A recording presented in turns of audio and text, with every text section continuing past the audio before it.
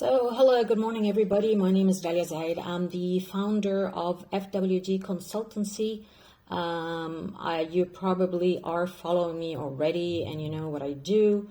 I build and grow brands in the fast-moving consumer world and in retail across Middle East, Africa. This is actually the first audio event I do LinkedIn. I'm experimenting with it, and I thought it's a good idea to experiment in Ramadan. So there is low show up rate, and today's April 1st. It is not April's Fool's Day. I think a lot of people thought that I was joking when I did that. But I thought it's a good idea just to chat a little bit about one of the top concerns in the marketing world. I'll tell you how this event came about, not that I wasn't thinking about it, but 6 months back, one of my clients called me up after attending the Winning Communication workshop. And she said, we've been having a lot of debate around digital advertising. Should we put in more budget against it, or we cut on TV? And we looked at some numbers just over the phone quickly. And I told her there's a lot of new studies coming up, and we're learning every day something new. And it's totally worth it to stop and think and revise your budgets. I'm not going to talk about the economy situation at the moment because we're all in it. But I think there's a lot of value of looking at learnings and budgets, because you need to be efficient. And at the end of the day, it's all about building equity. So the question was, they were looking at diversifying the mediums. But then again, is that now important, or I can just, focus on digital advertising? And is that enough? For big brands, you need to be sort of all over the place, but being relevant, of course, with relevant message. So again, impact of digital advertising on building equity. Can you hear me okay? Sure, brilliant. Thanks, Amj. I got through some new research, or updated one from Kantar globally, Kantar Media. There's also some work done around facial coding when you react to advertising. That, in terms of collecting it with other data that I had from previous researches, also the stuff I have from my own work and experience. Something that a lot of people don't know about me, but the last couple of years in my employment days with Mondelez, I was in Zurich, and part of my work was handling the Center of Excellence for testing advertising. So before and after, and this was for chocolate. However, I teamed up with, at the time it was TNS and Millwall Brown, now they're both our Kantar. And globally, we put together a new questionnaire whereby we're able to pre-test advertising. In terms of advertising, we were looking at TV. But today, with advertising online, there's a lot of comparisons of the databases and the learnings. Now, the interesting part, which I'm going to share with you today, and it was insightful for me, is that the parameters by which the brand equity is driven positively by advertising on TV is pretty much the same as digital. There are very little differences. And therefore, it brings on the table the question of how to win with advertising in general, not just about the medium. There are, of course, pros and cons to every medium, and there's a purpose, there's a cost behind it, which I would advocate that agencies need to come on board. Okay, they drive a lot of conversation around advertising, and a lot of clients don't really understand how advertising works, so they need guidance. So if you don't have the expertise on the client side, you are expected to get that from your agency, who are your partners by default. So let's just step back a bit and talk about digital. digital is part of our lives. Nobody can deny that from years back. I mean, I'm old enough to remember when there was dial-up, yeah, and I grew up in a time before the internet. Yeah, that makes me sound like a dinosaur, but I've seen it all happen and grow, and it's fantastic. I think also with COVID in the last few years, it had put people into the mindset of digital as in daily basis. I mean, look at e-commerce, for example. So top of mind for you, you would actually do something digital, or, you know, you can count the number of apps on every mobile.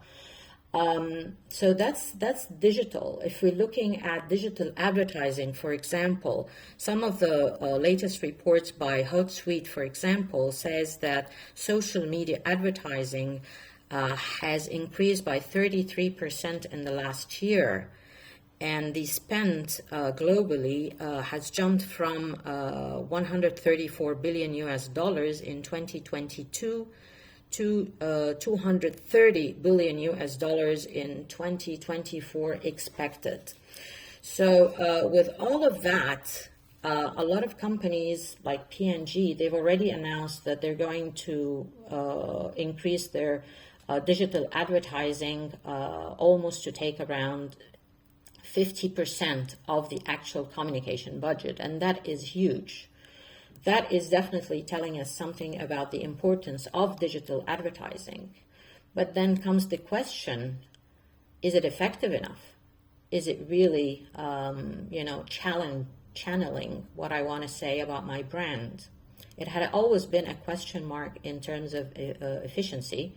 We're going to think about the KPIs definitely in a little bit, but think about it, and my impression, and you can jump in later and we discuss this thoroughly.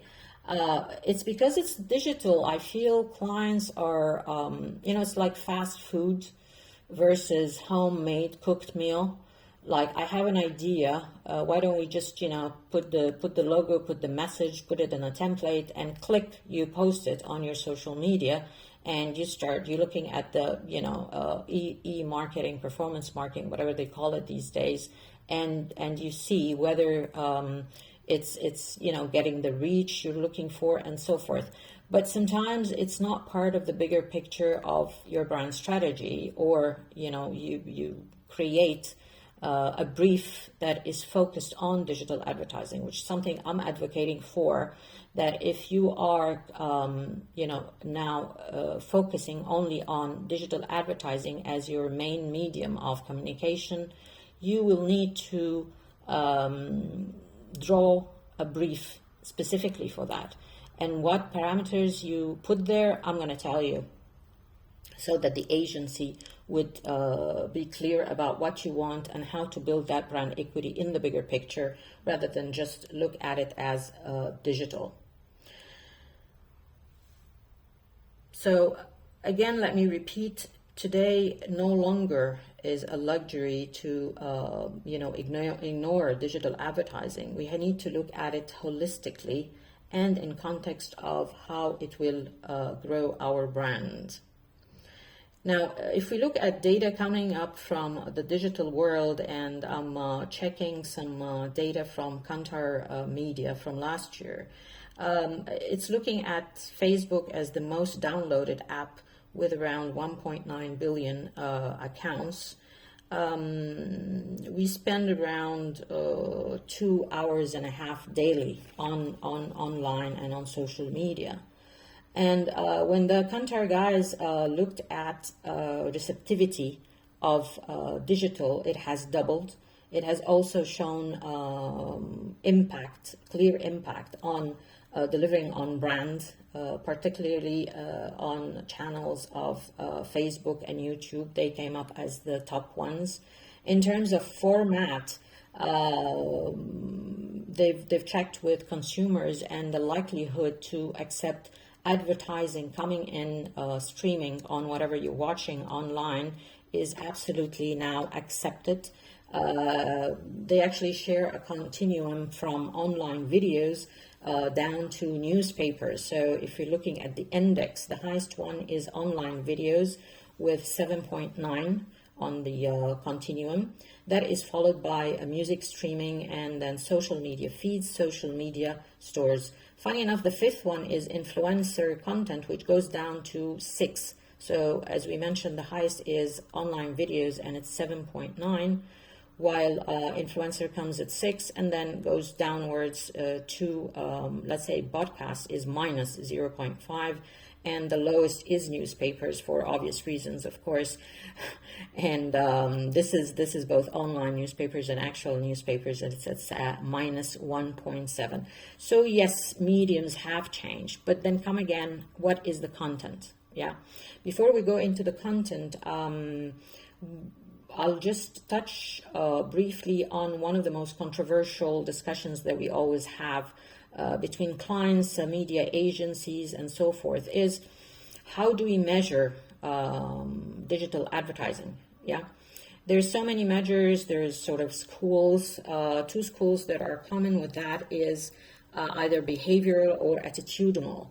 Most media agencies would go with behavioral, which is really, the number of clicks, completion rates, all the drill. You probably have gone through this many times. The data that is coming through from Kantar, because they have a lot of legs, like, they have the media panels, they have independent research. They also teamed up with Work. I don't know if you know Work. It's WARC.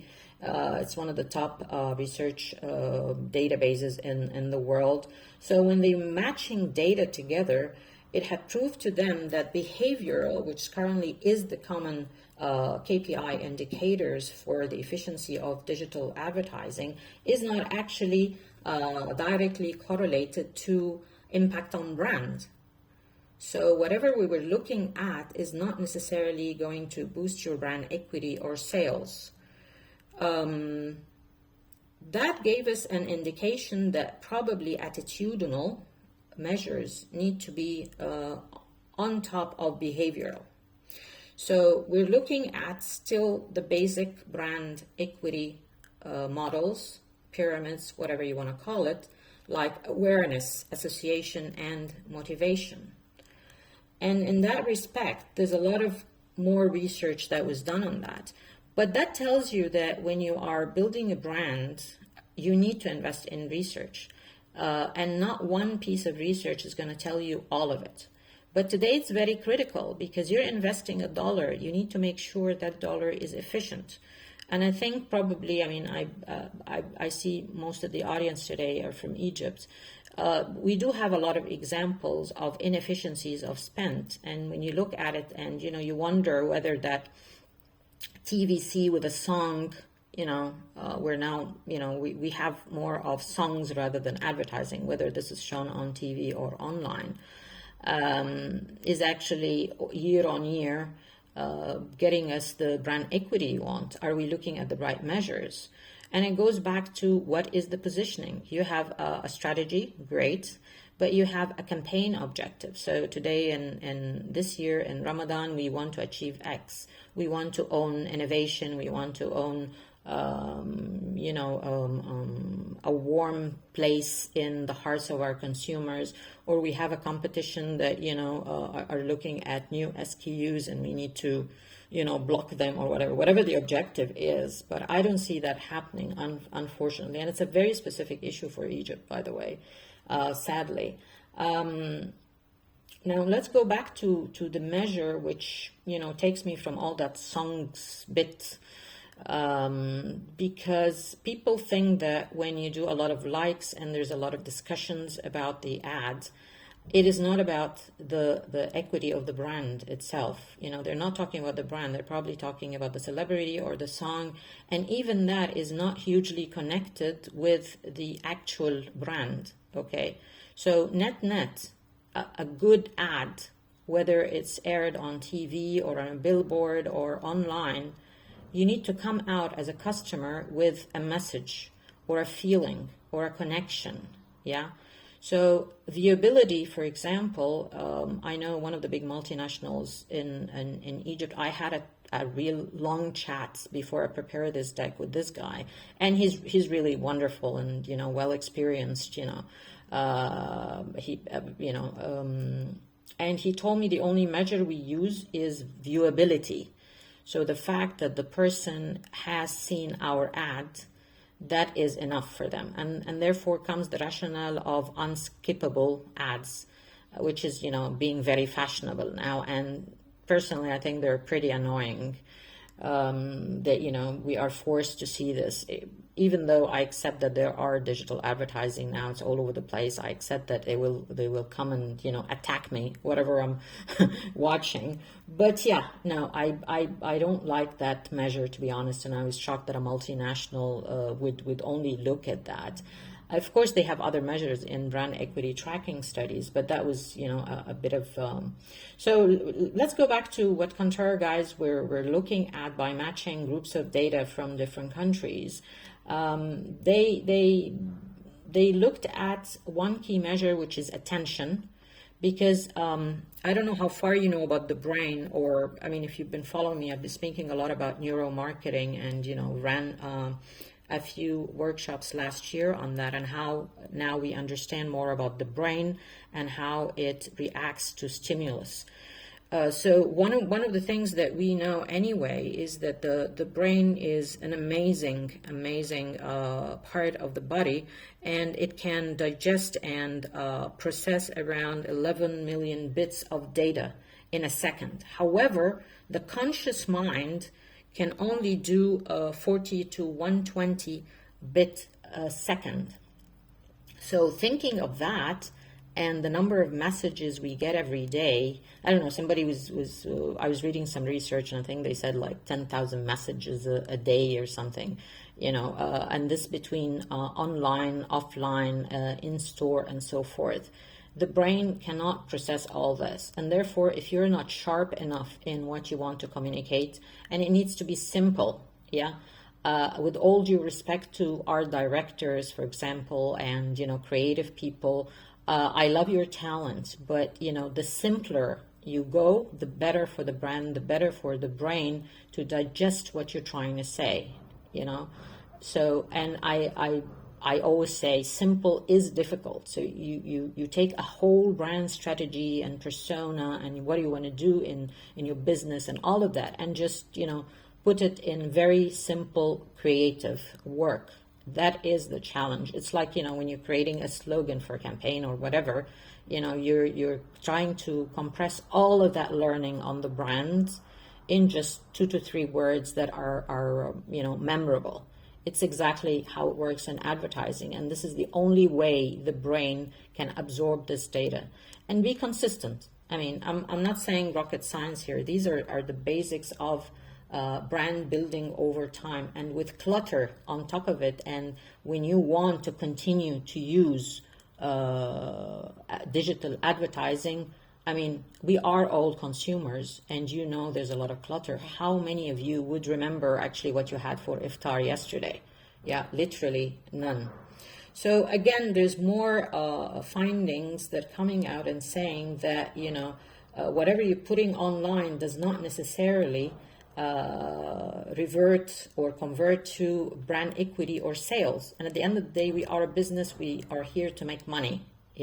And that money could be either direct purchase or indirectly, whereby you are building equity over time and bringing in new users to your franchise. So you watch something, you caught the attention of the customer, they are engaged, they express themselves, and sales would happen only when you have a combination between engagement and attitude. A lot of the work in pre-testing advertising is about, understand the reaction, the facial reaction to an ad. I used this many times in my career. At many years ago, it was just manually when we actually watch in focus groups what the consumers, once you show them the copy, which is semi-finished, what is their reaction? And now it's all automated and so forth. And again, because of the evolution of neuromarket, we understand a little bit more. So what these guys are coming back with is the fact that the quality of creative makes such a difference. And they have facial coding for every part of the face when you react. So there's an actual expression to start with, or you just, blank. Are you, your eyebrows are moving up or down? Are you smiling? Are you surprised? Are you sad? And so forth. All of this is interpreted in many ways and have channeled into a lot of learning around the importance of emotions in advertising. One of the things that come out from learning from neuroscience is the fact that the brain, we are all emotional decision makers. We always thought that, I bought that computer in a rational way. Well, actually, it's emotional first. You feel it, you do it, and then you rationalize backwards why you bought it. I know it's difficult to, digest that now, but that's a whole separate session. But I wanted to tell you that there is heightened importance of emotional involvement in any advertising or communication that we do, whether online, offline, in store, of course, both consumer, retail, B2C, B2B, emotions, yes, and B2B, believe it or not. In the context of corporate, we work with people that we like, believe it or not. We try to be, professional and say, no, emotions had nothing to do with it. But we all, as human beings, have biases. Don't deny this is a truth. Fact, we as human beings, we just don't want to admit it because we want to sound like, tough guys, and we're making very rational decisions. A lot of people, and I know this for a fact, after I build a lot of rapport with them, they would come in and, ask me things because, I'm a nice person. I would help them. Okay. They will really build that, little emotion things. And believe it or not, 90% of my work as a consultant comes in from people who don't know me. They're just on LinkedIn. But just they felt like, after a couple of chats, we like that person. She knows what she's doing. Let's bring her on board. So you need to build that rapport. So why are you not doing it with your customers? This is very key. B2B also have an advantage because they speak one-on-one with customers. If you're selling software or something, you do have an opportunity to make an impression and an emotional one. So just not to divert, let's go back to that, emotional part. So they do find all ads that were successful and top scorers in ratings. They have good, high creative quality. Now, creative is important, and not, that's not new news, kind of. But what kind of creative? So we mentioned emotional part of it, but we can also dig in further and look at 3 parameters that came out in many of the global ads that were successful and memorable over time. These have used humor, music, and celebrities. Now, for me, it's a big watch out for those 3 in our markets because I think we tend to abuse them. If they are used correctly, they really step up the quality of creative. Again, whether you're using it digitally or you're using it on TV or whatever. Now, the trick with humor is that humor is different. I can say a joke, you laugh on it, other people think that it's not so funny. And then once the joke is said, it's like, already it, so repeating it is not a great thing. Music here, I would say what is meant is around jingles or a tune, a signature tune that the brand knows. And audio is very, very powerful. And the reason for that is that in the brain, it is next to the compartment that manages emotions of a human being. So if you think of your childhood favorite song or listening it as a teenager, just, mentioning of that title of the song, all of the words and all of the association would come very, very quickly in your brain. Try it out after we finish this session, remember that song that you liked and all those lyrics and music, and maybe you will even start singing it, because it is very powerful, the audio. Again, that's a completely longer discussion. What I would like to stop at, of course, at celebrities. So just to finish up on the music part, is that it is not the full song that we're seeing now in advertising. That is completely waste of time, and it's not related to brand building or equity or anything on that respect. So it's just, like McDonald's, the music, da da da da da, you recognize that it's very powerful. Celebrity, again, it depends on the choice. They have to be relevant to the category, relevant to the brand. The persona of the brand needs to be very, very close to that celebrity. I don't know how far you remember, but a few years back, Pepsi had launched in Egypt, had launched a new brand for energy. I think it was August, and they had an ad with Muhammad Ramadan, and then November he had this issue with the plane and the pilot and whatever, and Pepsi had to withdraw the brand. They launched it last year again, and they lost 3 years of brand building in a category they wanted to grow in, which is energy. So it's very, very tricky. There are good examples of celebrity usage, like, George Clooney in Espresso, which is 15 years later, they just had a new campaign saying more or less the same thing. But the diagnostics of that campaign is definitely spot on how to use a celebrity well. Other than that, I would definitely not recommend that. But the thing is, with humor, music, and celebrity, it is high attention for customers. If it is relevant, then it really hits home, and it makes such a difference. The other thing, in terms of good creative that helps with heightening the performance of your advertising, is positivity. You need to create a positive emotion. And while this sounds like, no-brainer, kind of, I find there's a lot of brands that live and thrive on advertising on the fear platform. So if you think, I don't want to mention particular brands here, but there's a lot of narrative around the mother or the homemaker making good choices about, what she feeds her kids, or, what detergent she uses to clean and disinfect her home. And the way it's put, it's like, if you don't choose that brand, then you're not a good mother. If you don't do this, you will not. That is super, super bad. Bad is, a decent word that I can mention because it's Ramadan and I'm fasting. But seriously, that is really, really very harmful. So don't make the customer feel guilty or afraid. This is not how you build a brand. Yeah. This is only used in politics, by the way, not in advertising.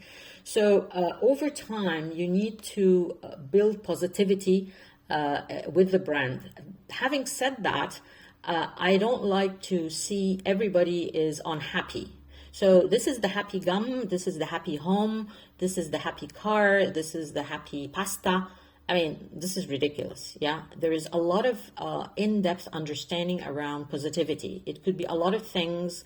I feel positive, for example, if I find, I'm going to this whatever place and I know that parking is hard, and I find a parking slot in front of the building that I'm going to. I'm happy. All right. It's positive, so it could be just the little things. And you don't have to say, I'm the happy brand, and there's nothing about the customer experience that makes people happy. Think of banks, think of telecom. These sectors are heavy on customer service and experience and operations. All of these startups, I'm not going to be happy when I order something and then it comes late or, wrong or overcharged and whatever. And you tell me I'm the happy startup grocery, whatever. Yeah. And therefore it comes back to what I always advocate for, the brand strategy is the business strategy. A brand has legs in all functions. Everything about your brand tells you about the business, informs the business, who you are and what you're here to do and offer the market and consumers and customers.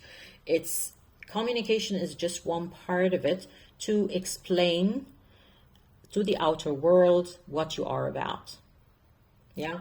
So if we're looking at positive perspective, there's a professor, Martin Seligman. He has a very interesting model called PREMA. That's PERMA. And they call him like the godfather of, positive psychology. And he explains a little bit about, meaningful life and so forth. And in that respect, he breaks it down into that model, which is positive emotion, engagement, relationships, meaning, and accomplishment. Now, this is like on the, human side of level, but in research and advertising particularly, there's a lot of work I've done on that and how to, take those 5 and, practice them when we are creating advertising. Now, what has shown a high correlation is positive emotions and relationships. Just I was explaining to you, so if you're working with a consultant, with an agency, you start a partnership. But first of all, the premise is you have a positive, feeling about that person, about that company, and so forth. You start engaging in a conversation. Perhaps you can use storytelling, which is one of the most powerful tools. In digital advertising, it's a little bit challenging because of the length, because you need to start with intrigue and then, you tell the story and then, you have the brand somewhere. The brand should not be an afterthought, within that. But you are building that rapport and that relationship with the customer over time. And then when you talk about meaning and accomplishment, these are very serious kind of absolute concepts. And it's very hard for me as a brand to just come up and say like, something as big as, humanity, accomplishments, blah, blah, blah, out of the blue, when you have not built with me that rapport from the start. I don't have a positive disposition with you. I'm not engaged. We have not spoken. We have not built a relationship. And you now come and tell me all about that serious stuff about accomplishments or whatever. Most of the entities that go into that mistake is probably public and government institutions. And this is like, it's not like it's Egypt thingy. It's, a common mistake globally when they want to tell the people, the shop, what they've been accomplishing. But if there is not that build of rapport, it probably will not end up you accepting the fact that these accomplishments have been done, including also meaning, the context itself, why they did it, and so forth. So again, building positive relationship has been showing extreme positive impact to any kind of advertising that has been done. I wouldn't want to go on and on about this research. It's really a fantastic one. But again, I would emphasize on the emotional engagement, because even if you are not a user of that brand, non-users would be getting a lot of interest.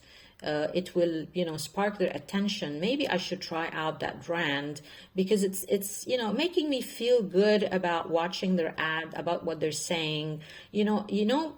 A good ad is when you watch it and you are the target market and you feel like, oh, that brand knows me so well. He's speaking my language. I understand what they're trying to say, and they understand me too.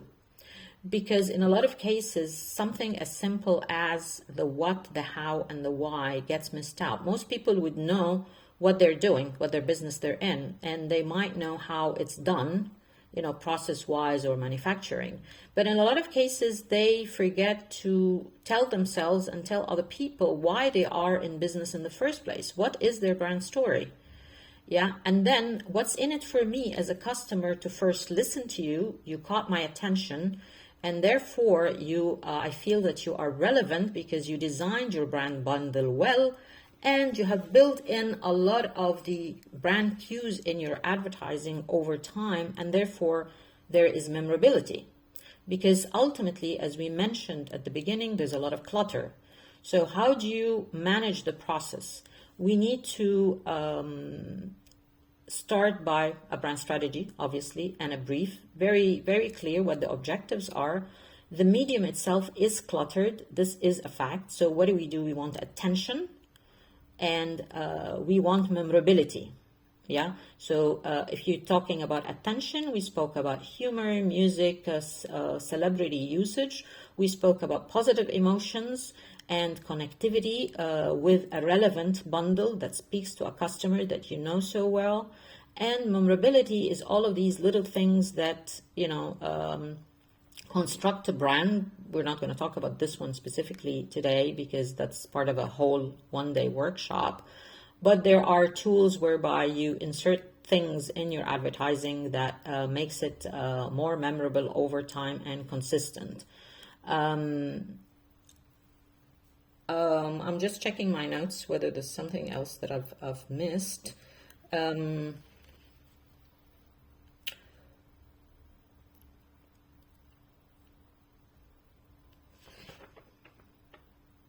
Yeah, I think that's probably it. I don't know if you have. I mean, there's a whole lot of stuff that could be done.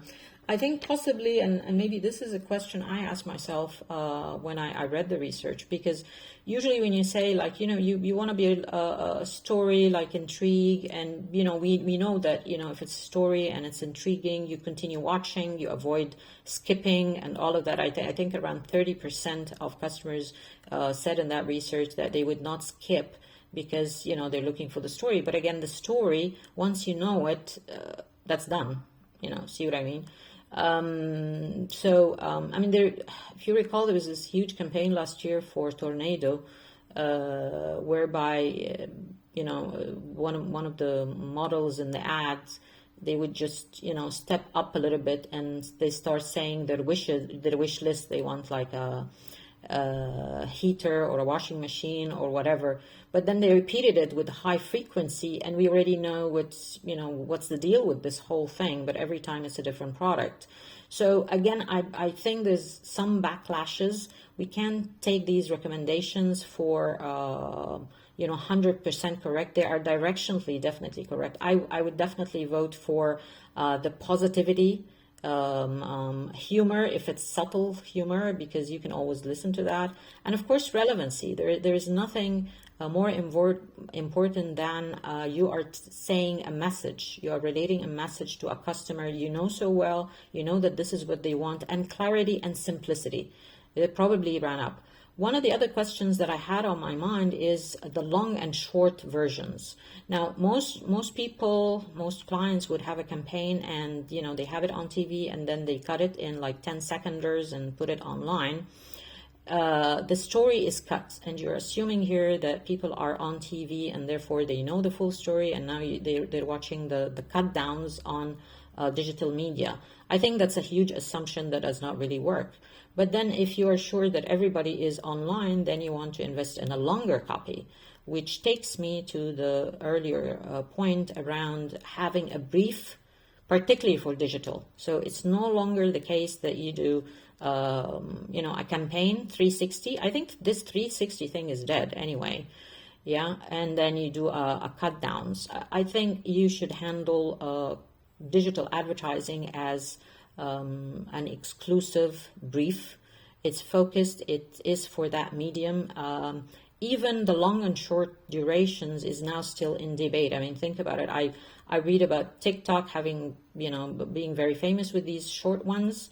And then they say, no, we need longer ones, maybe for business. And then YouTube says, we launched this longer ones or we go for shorter ones. I don't think that anybody has really the answer for that. But all I know, if it's engaging, it's positive, it's on brand, it's on consumer, it has all of these parameters one way or the other, not all of them, of course, it will be a winning advertising. Yeah, and it will click whether you're doing it on TV. Advertising is advertising, and this is probably one of the things that I'm starting to feel more versus old school advertising that each channel has its own thing. No, it's not really that. If you are communicating, yeah, you are creative, you are strategic, you are on brand, and your brand equity will grow because you are on track with your brand strategy, regardless of the medium.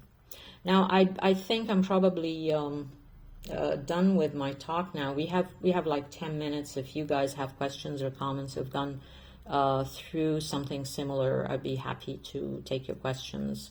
I think probably you can raise your hand and unmute. This is how it works.